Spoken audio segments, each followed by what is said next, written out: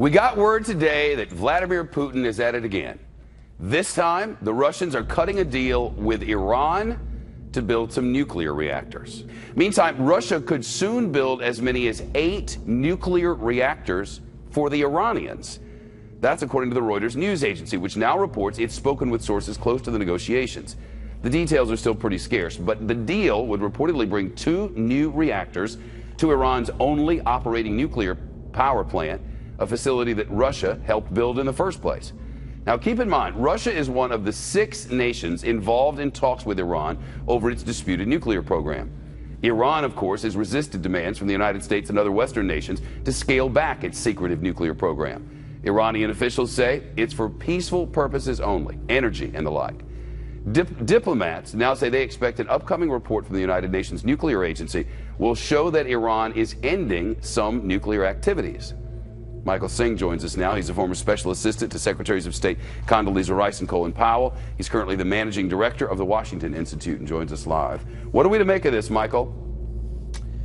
Well, Shep, first of all, it's important to note that this report talks about plans. Nothing is actually signed yet. And it's Russia that gave Iran its first nuclear reactor. Actually, the Russians sort of picked it up from the Germans somewhere along the way. It took decades to build.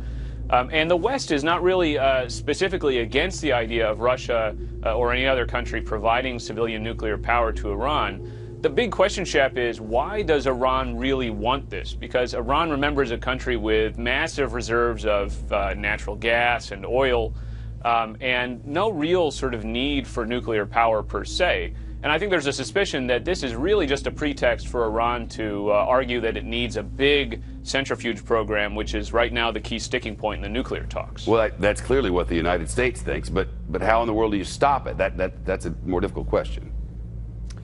Well, I think that stopping the sort of sale of these plants or stopping the contract from going forward is one thing. But I think what the U.S. will do is reject the argument by Iran that because it's mulling this deal, or even if it signs this deal, that means now it's justified for it to not only keep its 19,000 centrifuges it already has, but to increase that to 50,000 centrifuges, which is what Iran has asked to do. We'd like Iran to reduce its number of centrifuges to 1,000 or even hundreds of centrifuges. And the Iranians kill time because what they need is time to get to where they want to be. And the more time they get, the worse it is for everybody. Well, that's absolutely right. And right now the negotiations have given Iran a lot of breathing space. And we've seen Iran using that breathing space to go out and try to sign deals like this one, or sign oil deals also perhaps with Russia or with others.